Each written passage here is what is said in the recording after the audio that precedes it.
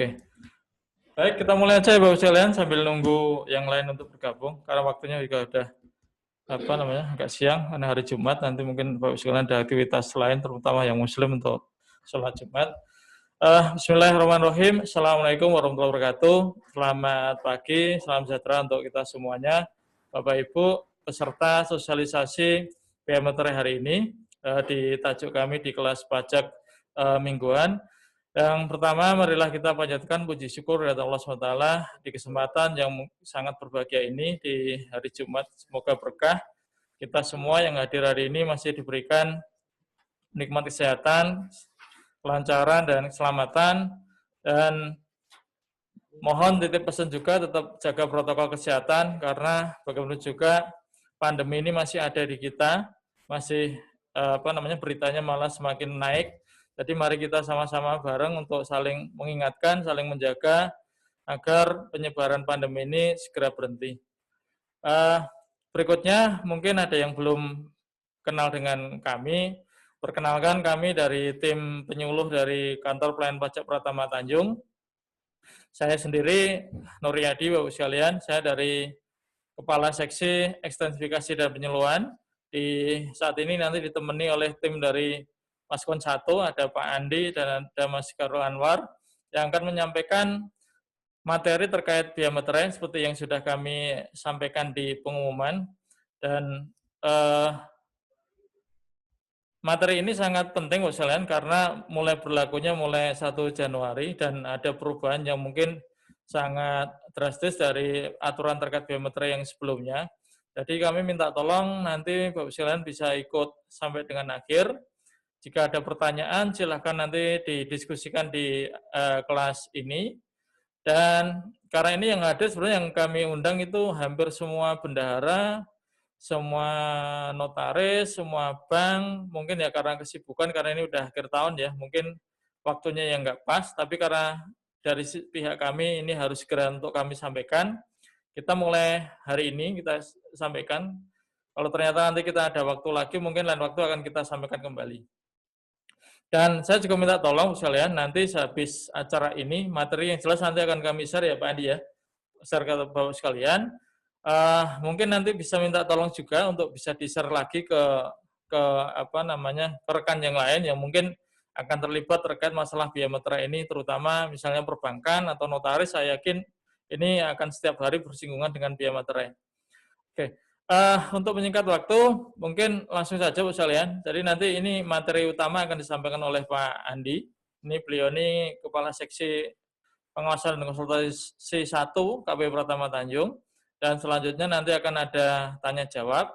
Silahkan nanti yang punya pertanyaan silahkan tanya jawab. Boleh langsung untuk menyampaikan di secara lisan lewat Zoom ini, atau nanti di menu chat itu boleh untuk ditulis di situ, nanti kita akan bahas bareng. Waktunya kita batasi ya sesuai dengan jam hari Jumat, karena nanti kita muslim ada sholat Jumat, jadi mungkin jam 11:30 sudah kita selesaikan. Tapi biasanya belum sampai 11:30 sudah selesai. Tapi nanti lihat situasi. Mungkin itu dulu, Bapak sekalian, dari saya selaku pembukaan untuk acara kelas pajak hari ini. Kami mohon untuk bisa memanfaatkan sebaik-baiknya dan bisa untuk segera di-share ke yang lain. Selanjutnya kepada Pak Andi dan tim Maskon 1, waktu dan tempat kami persilakan.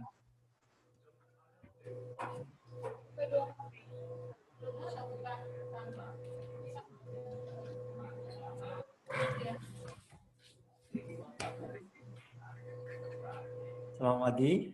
Assalamualaikum warahmatullahi wabarakatuh. Perkenalkan, terima kasih Pak Nur atas pengantarnya tadi.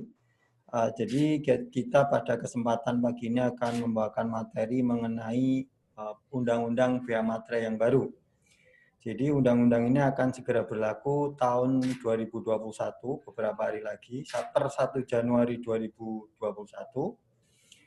Dan undang-undang ini pun kemarin sempat sudah disahkan, belum dinomori, sekarang telah ada penomoran undang-undang yang baru, yaitu Undang-Undang Nomor 10 tahun 2020. Jadi ini bertepatan dengan beberapa undang-undang yang kemarin disahkan oleh Dewan Perwakilan Rakyat. Jadi bea materai ini sebenarnya cukup sederhana undang-undangnya, tidak sepanjang undang-undang yang lain, tetapi mungkin dalam kaitan dengan pekerjaan kita akan sedikit banyak bersinggungan dengan bea materai. Jadi kita langsung mulai saja untuk slide-nya. Apakah slide-nya terlihat di monitor Bapak Ibu sekalian? Full screen. Oke. Jadi kembali lagi, saya Andi, saya lupa memperkenalkan diri, jadi bersama teman saya, rekan saya, Mas Khairil akan membawakan materi ini terkait dengan Undang-Undang Materai yang baru. Seperti yang saya bilang tadi, undang-undang ini akan mulai berlaku pada tahun 2021. Jadi sebenarnya inti apa yang kita bisa lihat dari undang-undang perubahan bea materai ini adalah dari materai tempelnya. Itu yang pertama, itu mungkin yang paling kita perhatikan. Dari materai 6.000, 3.000 menjadi materai 10.000. Nah, secara kasat mata itu yang terlihat, tetapi apakah faktor-faktor lain ataupun perubahan dalam undang-undang ini yang ada di dalamnya tentu saja perlu juga kita perhatikan. Ini secara kasat mata mungkin seperti ini yang akan menjadi terlihat terjadi perubahan dari 6.000, 3.000, kemudian threshold-nya dulu atau batasannya dulu di atas 250.000 sampai dengan 1 juta, sekarang menjadi 5 juta. Dulu tarifnya 3.000 dan 6.000 berarti ada 2 tarif, sekarang menjadi hanya 1 tarif, yaitu tarif tunggal. Selanjutnya, terkait dengan undang-undang ini, kita juga dapat melihat salah satu tulisan dalam laman resmi DJP. Di situ disebutkan bahwasanya undang-undang ini akan bermanfaat sebagai salah satu perangkat untuk mewujudkan kesejahteraan rakyat. Tentunya ini perangkat kesejahteraan rakyat ini diambil dari bahwasanya undang-undang bea materai atau bea yang ditarik dari rakyat ini akan ditujukan sebesar-besarnya untuk kemakmuran rakyat. Kemudian juga untuk meningkatkan pertumbuhan ekonomi yang berkualitas. Artinya dengan adanya batasan saat ini sekarang menjadi di atas 5 juta rupiah, itu adalah akan memberikan kesempatan bagi transaksi-transaksi ataupun dokumen-dokumen yang di bawah nilai 5 juta tadi tidak dikenai bea materai. Jadi akan lebih berkualitas. Kemudian juga ada perbaikan tata kelola bea materai karena di dalamnya mengatur mengenai siapa pemungut, kemudian perincian saat terutang itu akan menjadi lebih jelas dan terperinci. Jadi nanti kita dalam beberapa slide ke belakang kita lihat bagaimana tata kelola bea materai yang baru. Kemudian juga disebutkan Undang-Undang Bea Materai yang baru ini akan menggantikan Undang-Undang Bea Materai nomor 13 tahun 85. Jadi hampir seumuran saya ini Undang-Undang Bea Materai yang lama ini, sehingga perlu dilakukan perubahan, terjadi kondisi-kondisi yang sudah tidak sesuai lagi dengan perkembangan zaman, terutama dengan transaksi digital yang menggunakan dokumen elektronik. Nah, selanjutnya dapat kita lihat nih, beberapa isu-isu yang kami rangkum dari Undang-Undang Bea Materai lama. Yang pertama adalah isu terminologi atau istilah. Kalau kita lihat di Undang-Undang Bea Materai yang lama itu masih menggunakan dokumen adalah kertas. Sekarang banyak perusahaan, banyak badan ataupun orang tidak lagi menggunakan dokumen fisik berupa kertas, tapi sudah dokumen elektronik. Orang membuka transaksi atau membuka suatu rekening tidak lagi harus datang ke bank. Orang membuat rekening efek bagi yang misalnya bermain saham atau menginvestasikan uangnya di pasar modal, tidak lagi harus datang ke bank untuk membuka rekening efek. Dia cukup menggunakan dokumen-dokumen elektronik, kemudian dilakukan tanda tangan secara elektronik. Hal ini yang berusaha ditangkap oleh undang-undang yang baru. Artinya berusaha ditangkap itu diakomodasi pelaksanaannya. Tentunya juga ini untuk mendukung konsep pemerintah untuk kemudahan dalam berusaha. Kemudian benda materai. Kalau kita di Undang-Undang Bea Materai itu masih ada benda materai itu materai kertas. Nah, sekarang materi kertas meskipun sudah dihapuskan beberapa waktu yang lalu, sekarang ini diberikan kejelasan yang lebih tinggi, bahwasanya yang ada hanya materai tempel dan beberapa materai bentuk lain seperti materai elektronik atau materai lainnya. Nah, kita akan jelaskan di belakang. Kemudian terkait dengan objek. Objek ini dulu kalau di Undang-Undang Biaya Materai yang lama itu akan menggunakan istilah dokumen yang dikenakan biaya materai adalah dokumen langsung ditunjuk. Sementara saat ini, undang-undang yang baru ada bufferingnya.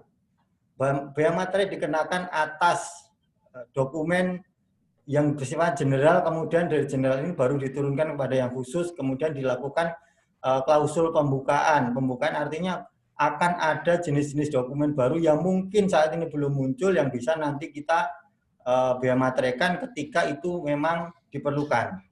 Selanjutnya terkait dengan tarif, di undang-undang yang lama itu dibatasi hanya naiknya 6 kali, sehingga kalau starting point-nya adalah 1.000 dan 500, maka saat ini dengan kondisi 6.000 dan 3.000 sudah mentok. Jadi tidak ada ruang lagi untuk penyesuaian biaya materai. Tetapi ketika kita melihat rasio dari perkembangan ekonomi, inflasi, kemudian juga pendapatan masyarakat, di situ di salah satu buku ataupun di naskah akademik penjelasan dari biaya materai itu disebutkan kalau di tahun 2000 itu 6.000 itu sekitar 1,63% dari jumlah penghasilan rata-rata orang Indonesia. Jadi cuma 1%. Sementara di tahun 2014 itu hanya 0,119 dari penghasilan rata-rata orang Indonesia, PDB per kapita. Jadi memang dapat dilihat secara signifikan jumlah itu tidak lagi mencerminkan keadaan ekonomi yang sebenarnya. Selanjutnya terkait dengan saat terutang. Saat terutang ini juga masih terlalu umum. Di situ kalau yang lama ada 2. Ketika dokumen itu diserahkan atau ketika dokumen itu ditandatangani oleh beberapa pihak, nanti akan diperinci lagi. Hal ini juga tentunya berkaitan dengan daluarsa. Kalau dulu kurang memberikan ketegasan bagaimana daluarsa, misalnya nih, dokumen dari luar negeri. Dulu disyaratkan kalau dokumen dari luar negeri itu 5 tahun dari dibuat itu bisa dimateraikan. Selepas dari jangka waktu 5 tahun itu akan kadaluarsa. Lalu bagaimana dengan dokumen-dokumen yang umurnya lebih dari 5 tahun? Nah, itulah yang berusaha diakomodasi dalam undang-undang biaya materai yang baru. Selanjutnya terkait dengan subjek juga terdapat identifikasi subjek penanggung pajak yang terdapat beberapa isu, misalnya dalam beberapa kasus identifikasi ini sulit dilakukan karena banyaknya dokumen, juga penerima manfaat dari dokumen itu juga bukan hanya satu pihak. Selanjutnya terkait dengan penegakan hukum. Kalau dulu hanya ada administrasi hukum, sanksi administrasi berupa denda, dan untuk ketentuan pidana itu akan dikembalikan kepada undang-undang ketentuan hukum KUHAP ya, hukum pidana. Jadi sekarang di situ saat ini undang-undang biaya materai yang baru juga telah diatur mengenai sanksi-sanksi pidana terkait dengan tindakan misalnya pemalsuan atau penggunaan materai-materai yang lama. Selanjutnya, ini adalah gambaran umum apa yang ada dalam Undang-Undang Biaya Materai. Jadi kalau dalam pajak itu akan selalu diistilahkan atau rumusnya dalam mengadministrasikan pajak bagi DJP adalah adanya subjek, adanya objek, kemudian juga adanya tarif dan bagaimana prosedurnya. Ini adalah prosedur baku dalam semua pajak. Jadi biaya materai ini adalah pajak atas dokumen. Demikian pula ini adalah pendekatannya adalah apa subjeknya, siapa subjeknya, kemudian apa objeknya, berapa tarifnya, dan bagaimana prosedur pelunasannya. Seperti itu. Nah, karena ini adalah sifatnya pajak tidak langsung, artinya pajak yang maka pendekatannya adalah pendekatan kepada objek. Jadi karena pajak atas dokumen, jadi pajak biaya materai ini akan selalu saya ulang-ulang, yaitu terkait dengan pajak atas dokumen. Jadi apa objeknya, kemudian di situ juga kaitannya dengan bukan objek bea materai karena dijelaskan secara terperinci apa saja yang bukan menjadi objek. Selanjutnya berapa tarifnya? Tadi tarifnya menggunakan tarif tunggal berupa angka Rp10.000 atau nilainya pajak atau bea-nya yang harus dibayar adalah Rp10.000. Kemudian siapa subjeknya? Kemudian apakah ada isu pemungut? Karena di Undang-Undang Bea Materai ini juga diberikan akomodasi ataupun kewenangan bagi pihak-pihak pemerintah mendapat menunjuk pihak-pihak tertentu untuk menjadi pemungut. Kemudian kapan terutang? Nah, terutangnya ketika dokumen itu diserahkan, misalnya dokumen itu ditandatangani dan memberikan manfaat bagi beberapa pihak, misalnya. Kemudian bagaimana prosedurnya terkait dengan bentuknya bea materai seperti apa, apakah materai tempel, apakah materai elektronik, apakah materai terkomputerisasi. Nah, itu juga diatur. Selanjutnya, bagaimana dengan cara pemateraiannya? Misalnya terkait dengan pematerian kemudian, dokumen-dokumen yang dulunya tidak diperlukan pematerian, tetapi ketika itu dibutuhkan misalnya untuk pembuktian di pengadilan, nanti akan dilakukan pematerian. Nah, caranya juga diatur seperti itu. Selanjutnya, yaitu yang terakhir adalah sanksi dan fasilitas. Jadi diatur pula sanksi tadi ya. Dulunya hanya sanksi administrasi berupa denda. Sementara di perpajakan itu bukan sanksi administrasi, bukan hanya denda, tapi di situ ada kenaikan, kemudian ada sanksi denda, kenaikan ataupun bunga. Tapi dalam hal ini hanya sanksi denda saja. Kemudian ada fasilitas juga. Fasilitas itu dalam arti bagaimana atas dokumen-dokumen dalam keadaan khusus, misalnya terjadi keadaan kahar, bencana alam. Nah, secara undang-undang terutang bea materai, tetapi ketika itu terjadi, maka pemerintah mempunyai ruang untuk memberikan fasilitas pembebasan bea materai. Sama halnya juga untuk mendorong program-program pemerintah di bidang moneter atau keuangan. Di situ juga dijelaskan bahwasanya ada ruang bagi pemerintah untuk melakukan pembebasan bea materai. Selanjutnya kita beralih pada objek. Jadi yang seperti yang saya sampaikan di awal, bahwa bea materai ini adalah pajak atas dokumen. Jadi yang menjadi objek di sini dokumen. Dokumen-dokumen apa saja yang akan dikenakan bea materai? Secara general, apa yang dikenakan bea materai itu hanya ada dua. Kemudian dari dua ini, satu dijelaskan dari huruf A, B, C, D, sampai huruf H nanti. Nah, bea materai itu dikenakan, aturan umumnya dikenakan pertama dokumen yang dibuat sebagai alat untuk menerangkan mengenai suatu kejadian bersifat perdata. Perdata ini hubungannya dengan hukum yang mengatur hubungan antara pribadi, antara perusahaan dengan orang, antara orang dengan orang. Seperti itu hukum perdata. Kemudian dokumen yang kedua adalah dokumen yang digunakan sebagai alat bukti di pengadilan. Ini tentu saja dilakukan pemateraian. Jadi aturan umumnya bea materai itu dikenakan atas dua dokumen ini. Kemudian dokumen yang pertama, dokumen-dokumen perdata itu akan dijelaskan menjadi ada 8 dokumen yang akan menjadi yang terutang pajak bea materai. Yaitu yang pertama adalah surat perjanjian, surat keterangan huruf A itu, kemudian akta notaris, termasuk grose. Grose itu adalah salinan pertama dari suatu akta. Kemudian surat berharga dengan nama dalam bentuk apapun, dokumen transaksi berupa surat berharga, dokumen lelang, kemudian dokumen yang menyatakan jumlah uang dengan nominal lebih dari 5 juta rupiah. Jadi di sini yang paling sering kita temukan adalah maksud saya satu threshold atau batasan yang paling sering harus kita perhatikan adalah 5 juta rupiah ini. Dengan kondisi ini, maka ketika suatu dokumen itu menyatakan jumlah penerimaan uang atau berisi pengakuan utang seluruhnya atau sebagian yang telah dilunasi, maka terutang bea materai sebesar nanti Rp10.000.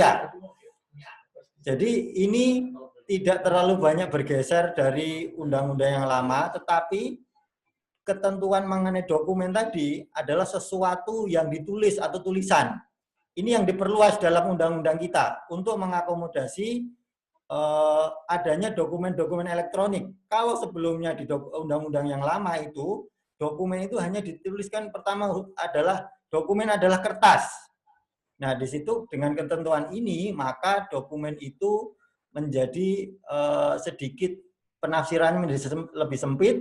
Di tengah kondisi perkembangan digitalisasi yang semakin tinggi, maka itu tidak lagi mampu mengikuti, sehingga dilakukan perubahan menjadi dokumen adalah sesuatu yang ditulis atau tulisan dalam bentuk tulisan tangan, cetakan, atau elektronik yang dapat dipakai sebagai alat bukti atau keterangan. Nah, ini mungkin salah satu hal yang menjadi perhatian utama kita, bahwasanya dokumen itu bukan melulu dokumen kertas, tapi juga bisa dokumen elektronik. Kemudian kita beranjak kepada tarif.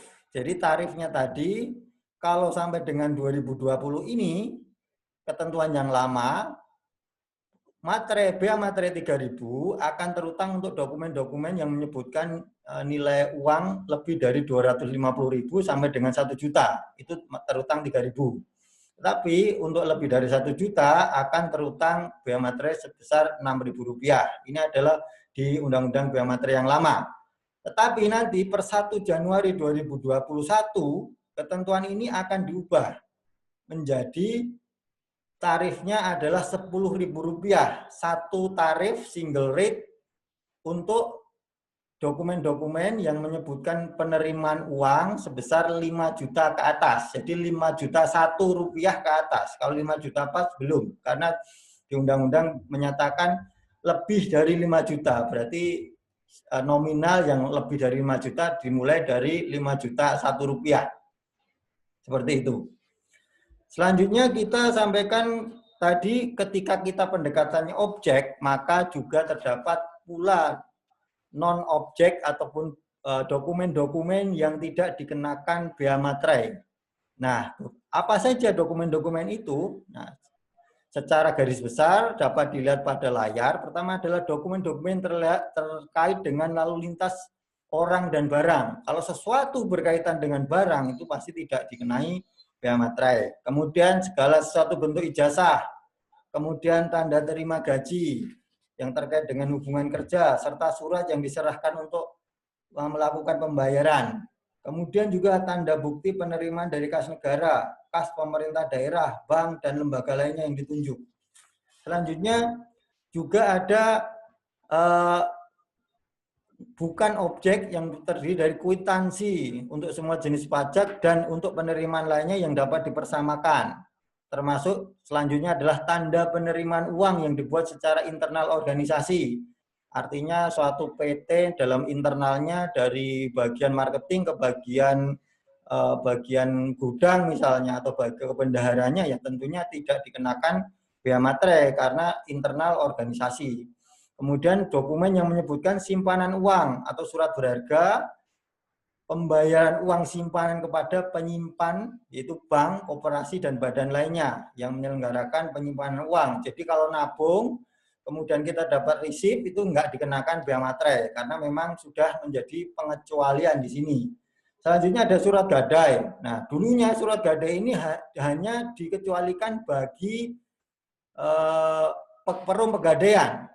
Nah, seiring perkembangannya, yang orang atau badan yang berusaha di bidang pegadaian ini bukan cuma perum pegadaian, jadi memberikan kesempatan yang lebih luas di luar pihak yang ditunjuk, sehingga menjadi lebih umum saat ini.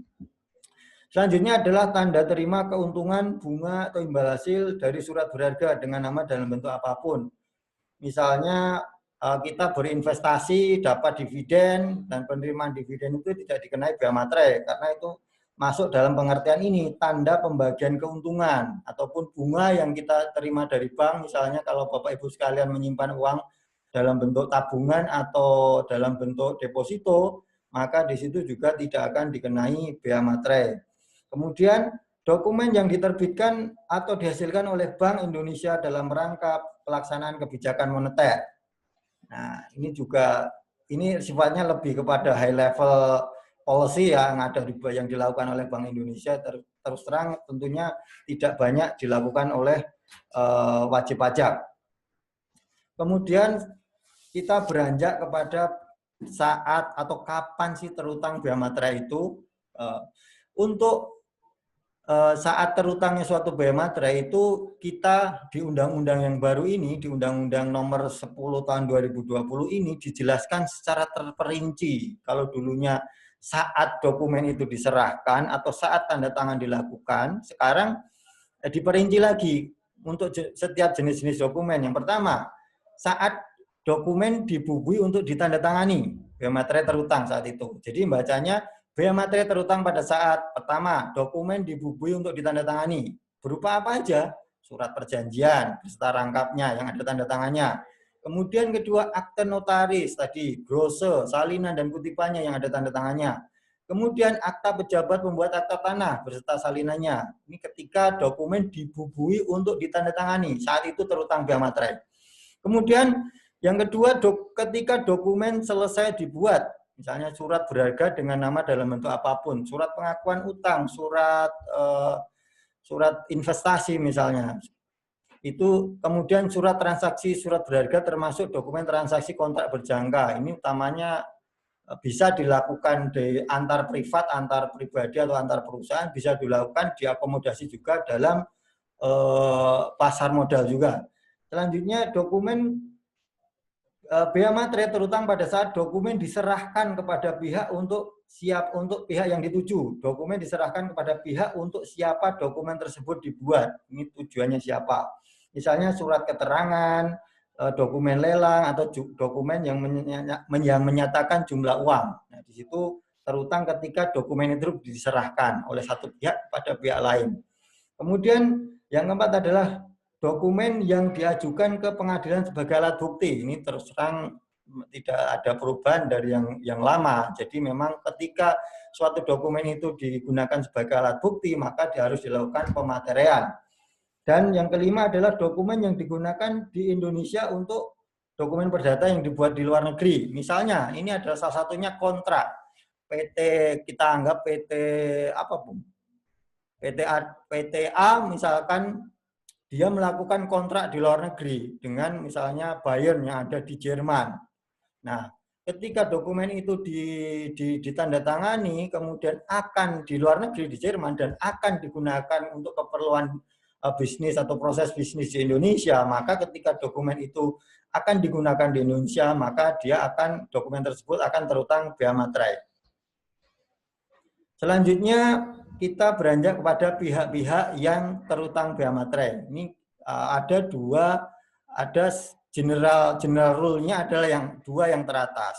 Jadi pihak yang terutang itu satu adalah untuk dokumen yang dibuat sepihak, maka pihak yang menerima dokumen itu yang terutang biaya materai, yang bayar atau yang harus nempelin biaya materai.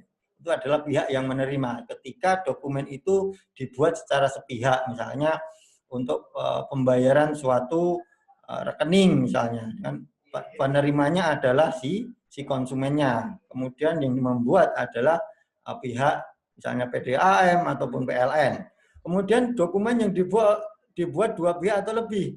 Nah, siapa nih yang terutang? Yang terutang ini adalah terutang oleh masing-masing pihak atas dokumen yang diterimanya. Misalnya kontraknya kita joinan untuk bekerja sama membuat suatu perusahaan. Nah, atau suatu badan hukum, maka di situ terutang oleh masing-masing pihak. Misalkan ada 5 orang di situ, maka masing-masing 5 orang tadi terutang biaya materainya. Kemudian itu merupakan dua general rule dua aturan umum dalam menentukan siapa pihak yang terutang. Selanjutnya, bagaimana dengan dokumen-dokumen yang lain, misalnya surat berharga? Nah, surat berharga tadi seperti surat utang itu adalah pihak yang menerbitkan surat. Jadi yang misalkan mau berutang menerbitkan surat itu ya pihak yang menerbitkan. Dalam hal ini misalnya bank. Kemudian dokumen untuk bukti pengadilan, pihak yang mengajukan dokumen. Jadi pihak yang mengajukan dokumen adalah pihak yang biasanya mendapatkan manfaat dari dokumen tersebut. Jadi dia adalah yang terutang. Kemudian dokumen yang dibuat di luar negeri adalah pihak yang menerima manfaat. Jadi ketika suatu kontrak itu yang mendapatkan manfaat adalah orang yang berkontrak, maka ya otomatis dia yang terutang biaya materai. Kita lanjutkan untuk pemungut. Nah, ini merupakan sesuatu yang baru ataupun dulunya belum diatur secara jelas, maka sekarang diatur secara lebih jelas. Pemungut bea materai yang terutang atas dokumen tadi kan bea materai adalah pajak atas dokumen, dapat dilakukan oleh pemungut bea materai. Nah, siapa pemungut bea materai ini? Nah, saat ini memang belum ditunjuk, belum atau aturan pelaksanaannya belum terbit, tetapi pemungut bea materai itu nanti bisa didelegasikan misalnya kepada pihak bank, kepada pihak lain yang karena suatu transaksi itu sangat tinggi dan tidak bisa dilakukan langsung oleh wajib pajak, maka dapat ditunjuk pihak tersebut. Yang kepikiran saya ini adalah misalnya pihak-pihak bank. Kemudian apa kewajiban pemungut bea materai? Itu kewajibannya normal seperti kewajiban seorang bendaharawan atau kemudian kewajiban dari wajib pajak yang lain adalah memungut, kemudian menyetorkan dan melaporkan bea materai kepada KPP. Kita lanjutkan untuk bea materai. Untuk bea materai ini ada 3 jenis bea materai yang diakui. Yang pertama adalah bea materai berupa yang fisik berupa tempel. Tempel ini seperti yang desain terakhir yang kami terima, seperti yang terpampang dalam layar, menggunakan materai tempel berwarna kebiruan, dan ada angka 10.000 di situ, ada lambang Garuda Pancasila, kemudian juga ada frase materai tempel dan nominalnya. Kemudian yang kedua adalah materai bentuk lain. Nah, materai bentuk lain ini merupakan materai yang dibuat dengan mesin teraan digital. Nah, mesin teraan digital ini kalau saya lihat kemarin di toko-toko online cukup mahal juga ternyata itu harganya, sekitar 30-an. Kemudian berupa cetakan hasilnya dapat dilihat di layar juga seperti itu. Jadi ini tidak menggunakan kertas tempel tetapi semacam print out yang keluar dari alat teraan digital tersebut. Kemudian yang ketiga adalah materai elektronik. Nih, materai elektronik itu mempunyai karakter berupa kode unik dan keterangan tertentu. Nantinya akan diatur dengan peraturan menteri. Jadi dalam hal ini transaksi-transaksi digital nanti akan menggunakan materai elektronik ini. Kemudian kita lanjutkan dengan pemateran kemudian. Pemateran kemudian ini dilakukan untuk 2 hal. Pertama adalah dokumen yang bea materinya tidak atau kurang dibayar, kemudian dokumen yang digunakan sebagai alat bukti di pengadilan. Nah, ini dilakukan pemateran kemudian. Apa yang beda? Kalau dulu di Undang-Undang 85 pemateran kemudian itu hanya bisa dilakukan oleh pejabat pos, sekarang tidak diatur se-rigid tersebut. Jadi bisa dilakukan oleh si pihak-pihak yang terutang bea materai tadi. Bukan lagi harus ke kantor pos. Selanjutnya untuk fasilitas bea materai. Jadi fasilitas bea materai tadi seperti yang saya sampaikan di awal merupakan sesuatu yang baru pula dalam pengundangan undang-undang bea materai ini. Pertama adalah dokumen pengalian hak atas tanah dan atau bangunan. Ini ada 2 kondisi yang disebutkan dalam undang-undang, yaitu dalam rangka pemulihan kondisi ekonomi akibat bencana. Ya, kita kenal, kita hidup di Ring of Fire, jadi memang kita juga akrab dengan beberapa bencana, misalnya gempa bumi, gunung meletus, banjir, dan segalanya. Jadi jangan kita memajaki pada saat yang kurang menyenangkan. Artinya ada saat-saat yang sedih, itu filosofinya mungkin seperti itu. Kemudian juga untuk tanah atau bangunan yang digunakan untuk kegiatan sosial non komersial, misalnya untuk tempat ibadah atau untuk sekolah, salah satunya seperti itu. Selanjutnya, fasilitas juga diberikan dalam untuk dokumen dalam rangka percepatan program pemerintah di bidang moneter dan jasa keuangan. Ini konkretnya saya juga belum tahu, artinya untuk bisa memberikan contoh ini cukup sulit bagi kami, tetapi ini merupakan suatu ruang yang dibuka bagi pemerintah untuk tidak memajaki atas dokumen-dokumen yang digunakan untuk kegiatan-kegiatan ini dalam kegiatan moneter dan jasa keuangan, tapi konkretnya ini belum dijelaskan secara rinci. Selanjutnya, dokumen yang untuk pelaksanaan perjanjian internasional.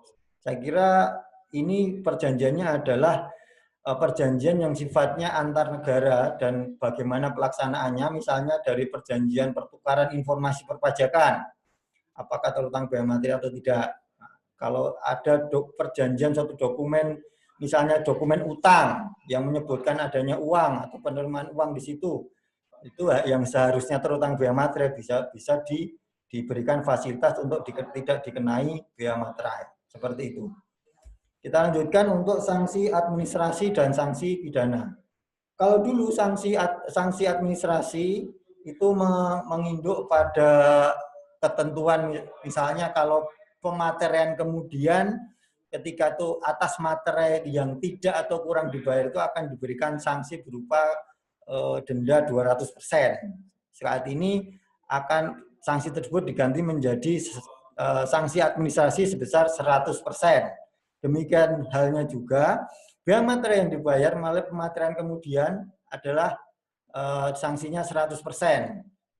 Jadi ini kecuali untuk pematerian yang ada di yang dokumen-dokumen yang sebelumnya tidak digunakan, tidak terutang biaya materai, tetapi karena akan digunakan sebagai alat bukti di pengadilan dan harus dilakukan pematerian melalui metode pematerian kemudian, ini tidak dikenakan sanksi tadi. Selanjutnya kita beralih kepada sanksi pidana. Apa yang dimaksud sanksi pidana ini adalah memperjelas dari ketentuan-ketentuan yang lama sebelumnya, yaitu pidana penjara paling lama 7 tahun atau 500 juta rupiah untuk pihak-pihak yang meniru atau memalsu materai yang dikeluarkan oleh pemerintah dengan maksud untuk memakai atau meminta orang lain memakai sebagai materai asli tidak palsu atau tidak sah. Kemudian yang kedua, membuat materai dengan menggunakan cap asli secara melawan hukum, termasuk membuat materai elektronik dan materai dalam bentuk lain secara melawan hukum. Jadi ini sanksinya penjara, pidana penjara 7 tahun dengan denda paling banyak 500 juta rupiah. Ada juga ketentuan mengenai ketentuan atau sanksi pidana yang sama bagi setiap orang yang memakai, menjual, kemudian menawarkan, menyerahkan, dan mempunyai persediaan untuk dijual. Kita nyimpan dan dijual aja terancam sanksi pidana selama 7 tahun. Nah, menyimpan apa? Materai palsu yang dibuat secara melawan hukum. Karena teknologi semakin tinggi, dimungkinkan juga nanti orang mungkin berinisiatif memalsukan. Nah, ini dalam hal ini kami minta Bapak Ibu sekalian untuk waspada terhadap materai-materai yang biasanya dijual lebih murah dari harganya. Kemungkinan itu adalah indikasinya materai palsu. Kemudian yang kedua, dipidana dengan pidana penjara paling lama 3 tahun atau denda 200 juta rupiah untuk setiap orang yang sengaja menghilangkan tanda, menghilangkan ciri atau memakai, menjual, menawarkan untuk dijual atau memasukkan ke wilayah NKRI seolah-olah materai belum dipakai. Jadi ini utamanya untuk misalnya dikumpulin materai-materai bekas pakai dijual lagi, seperti itu. Selanjutnya kita beranjak pada ketentuan peralihan. Ini merupakan salah satu ketentuan yang menurut saya cukup penting karena kita akan memasuki masa peralihan per 1 Januari nanti. Jadi dokumen yang biaya materinya tidak atau kurang dibayar sebelum undang-undang ini dibuat dan biaya materainya terutang, maka akan terutang dengan nominal yang lama, bukan materi lama, tapi nominal yang lama. Kemudian yang kedua, materai tempel yang telah dicetak dan peraturan pelaksanaan yang masih tersisa, jadi materai-materai yang mungkin masih kita pegang saat ini, nominalnya 6.000 atau 3.000, maka itu bisa digunakan dalam jangka waktu peralihan ini selama 1 tahun. Jadi materi-materi lama ini masih kita bisa pakai selama 1 tahun ke depan sampai 31 Desember 2021. Nah, ketentuannya seperti apa untuk materi-materi lama tadi? Ketentuannya dapat digunakan dengan nominal materai minimal 9.000. Jadi kalau kita berbicara minimal 9.000 dengan materi-materi lama yang kita miliki atau kita pegang saat ini, maka tentunya untuk mencapai 9.000 dengan materi 3.000 ya 3 materi 3.000. Kalau kita punyanya 6.000 sama 3.000, ya pas, berarti 9.000. Tapi kalau kita punyanya 6.000, materi 6.000, untuk mencapai 9.000 ya harus 2, minimal 6.000. Selanjutnya juga materi yang baru adalah materi tempel 10.000. Jadi begitu kira-kira simulasi bagaimana penggunaan materi-materi lama ketika undang-undang ini akan berlaku 1 Januari 2021. Jadi 3.000, 3.000, 3.000, 6.000 atau 3.000, 6.000 atau tambah 6.000, atau menggunakan materi yang baru. Ketentuannya seperti itu. Selanjutnya kita masuki akhir dari pertemuan atau akhir dari slide, yaitu tentang rekapitulasi, rekap dari perubahan yang ada. Pertama adalah tadi, bea materai itu merupakan pajak atas dokumen, kembali lagi. Kemudian ada perluasan objek bea materai yang berupa dokumennya dulu hanya kertas, kita perluas menjadi dokumen lain dalam bentuk elektronik. Nah, kita mengantisipasi perkembangan zaman, digitalisasi, termasuk digitalisasi ekonomi, transaksi ekonomi yang dilakukan tidak menggunakan kertas lagi, maka kita berikan akomodasi untuk menggunakan bea materai secara elektronik. Transaksi-transaksi elektronik, dan bea materainya pun menyesuaikan, nanti ada bentuk-bentuk lain. Kemudian penyusuan tarif yang semula 3.000 itu untuk transaksi sampai dengan 250.000 sampai dengan 1 juta, kemudian dan 6 juta itu untuk transaksi di atas 1 juta, kemudian sekarang untuk dokumen yang mempunyai nilai di atas 5 juta, maka akan dilakukan terutang bea materai sebesar Rp10.000. Yang ketiga adalah batas nominal dokumen yang dinilai bea materai. Jadi dokumen materai adalah pajak atas dokumen. Jadi di situ akan yang terutang itu menjadi di atas 5 juta rupiah, 5 juta Rp1 baru terutang. Kalau dulunya batasannya cukup rendah, Rp250.000, sekarang menjadi 5 juta, mungkin sekitar 20 kali lipat. Batasannya, bukan tarifnya. Tarifnya hanya naik sedikit dari 6.000 maksimal menjadi 10.000. Kemudian yang keempat adalah adanya penggunaan materi elektronik dan materi bentuk lain. Nah, kalau dokumen-dokumen elektronik adalah dokumen-dokumen yang mustahil untuk ditempel bea materai tempel. Jadi untuk mengakomodasi perkembangan tadi, memberikan ruang bagaimana pematerian dokumen yang terutang tadi akan menggunakan materi elektronik atau materi bentuk lain. Selanjutnya, pemberian fasilitas. Tadi yang saya sebutkan ada 3 fasilitas terkait dengan bencana alam, terkait dengan program pemerintah, dan terkait dengan perjanjian internasional. Yang terakhir adalah pengaturan mengenai sanksi, itu memasukkan norma dan sanksi, baik sanksi administratif maupun sanksi pidana, untuk tujuan meningkatkan kepatuhan wajib pajak dalam hal ini. Jadi kira-kira paparan saya terkait dengan Undang-Undang Bea Materai seperti itu tadi. Salah satu mungkin yang paling diingat adalah ini, bagaimana mencari angka 9.000 untuk menggunakan materi-materi tempel yang lama. Ini masih materi-materi lama masih berlaku untuk 1 tahun ke depan dengan jumlah minimal Rp9.000. Selanjutnya, saya mengucapkan terima kasih dan saya buka untuk sesi tanya jawab. Monggo Bapak Ibu sekalian, kalau yang mempunyai pertanyaan, kalau bisa kami jawab sekarang, akan kami jawab sekarang. Kalaupun ada pertanyaan yang tidak bisa kami jawab, akan kami simpan dan kami diskusikan dengan teman-teman, dan kami jawab di lain kesempatan. Dapat pula Bapak Ibu untuk mengunjungi beberapa situs kami, misalkan mengunjungi kami secara elektronik melalui email, melalui Instagram, kemudian melalui WhatsApp juga. Nomornya ada di layar.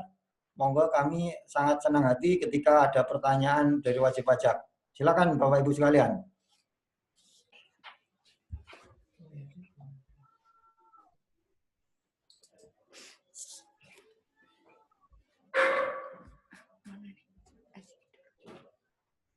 Ini masih share screen.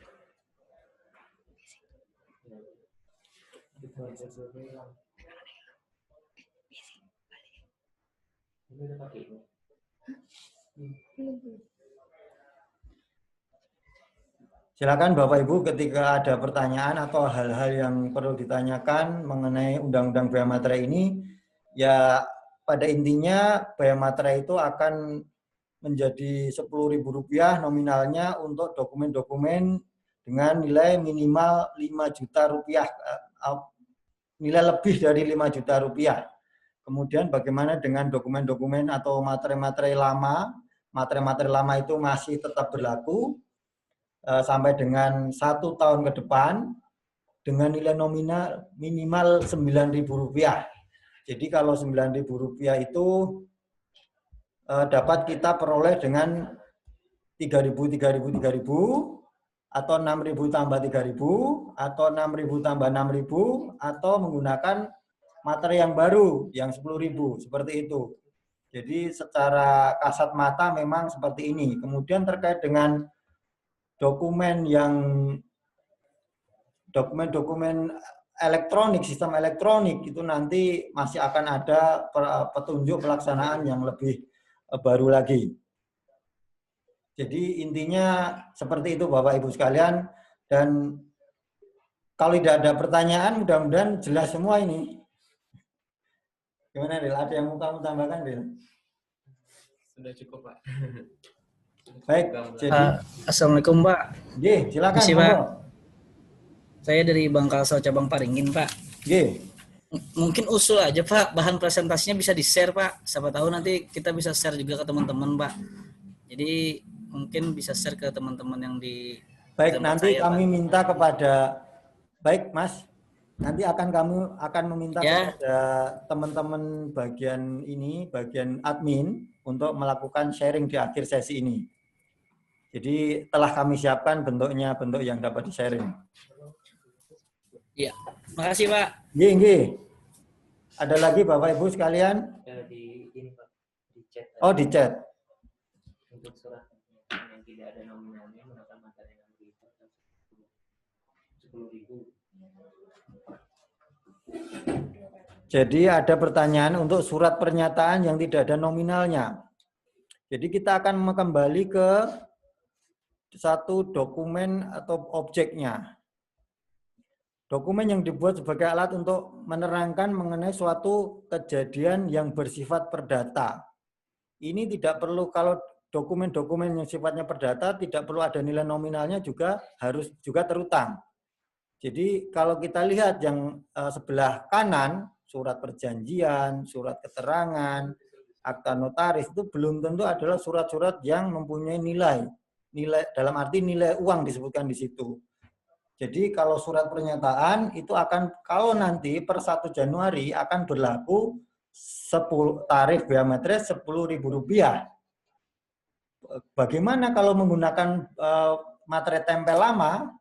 Ya tadi, dengan menggunakan materai sebesar 6.000 dua lembar, atau 6.000 tambah 3.000, atau 3.000 3 lembar, seperti itu. Ada lagi Bapak Ibu sekalian? Mas Pungki mungkin dari room chat apakah ada pertanyaan lanjutan?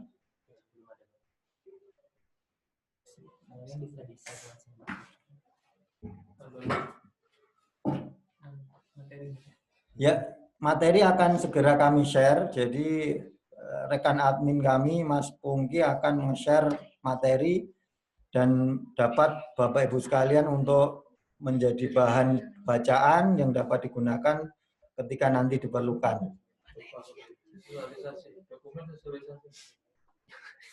Ini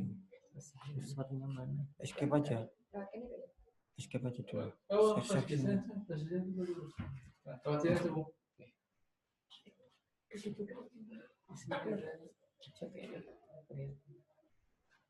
Nggak kelihatan ya.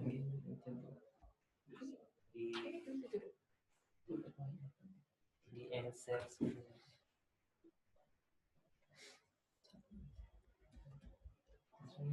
Jadi saya kembali lagi, ini merupakan salah satu ketentuan dalam waktu peralihan berlaku sampai 1 tahun ke depan.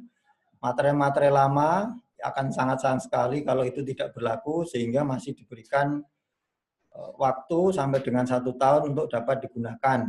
Jadi minimal nilainya nanti kalau dengan menggunakan materi lama adalah Rp9.000. Kalau dengan materi baru tentunya langsung Rp10.000, cukup 1 lembar. Tapi ketika dengan menggunakan materi lama itu akan menggunakan nominal 3.000 tambah 3.000 tambah 3.000, 3.000 3 kali, atau 6.000 ditambah 3.000, atau yang ketiga 6.000 tambah 6.000, meskipun nilainya menjadi 12.000, karena yang disebutkan di situ adalah paling sedikit Rp9.000.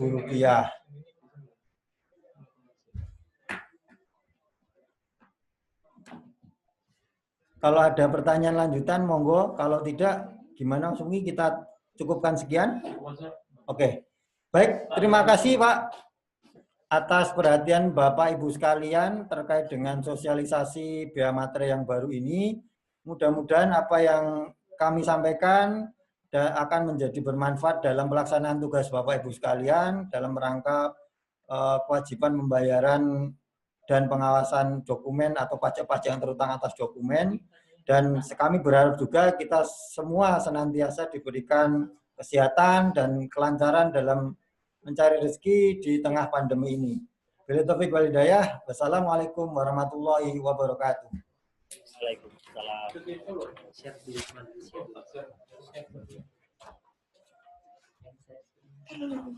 Tadi YouTube-nya nggak bisa. Soalnya ini browsernya apa? Sambil nunggu Bu, Bapak, ini materi kami share ya di room chat. Silakan jangan keluar dulu. Silakan untuk download dulu. Ya, nanti enggak. Terima kasih Mandi ya. Di mana sih?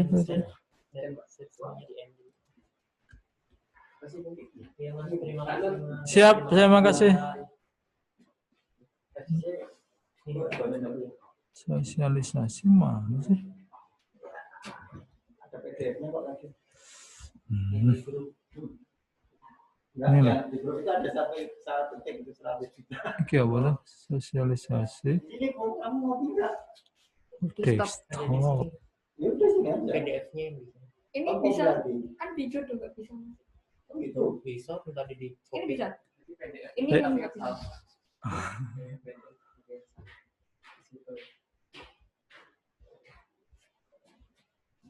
Mana sih? di share screen-nya dulu. Sosialisasi. Ini udah Pak. Nih. Oh yang gede. Yang ini. Oke. Oke, silakan Bapak Ibu untuk download. Terus sebelum live semua, kalau nanti masih ada pertanyaan, silakan hubungi kantor pajak Pratama Tanjung ya.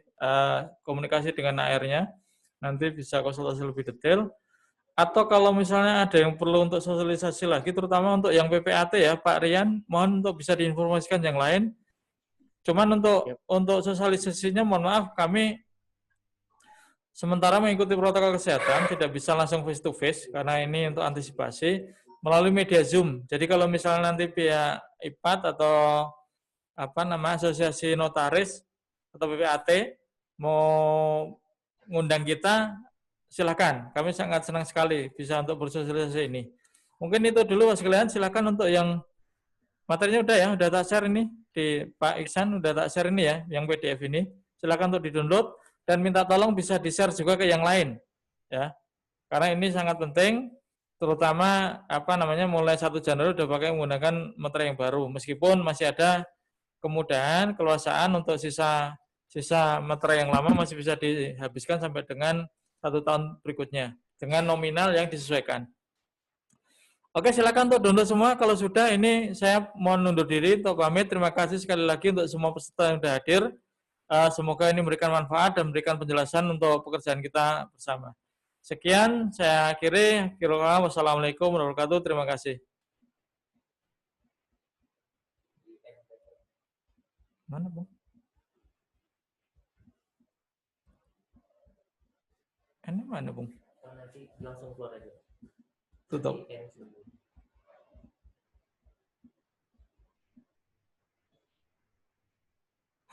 Bisa.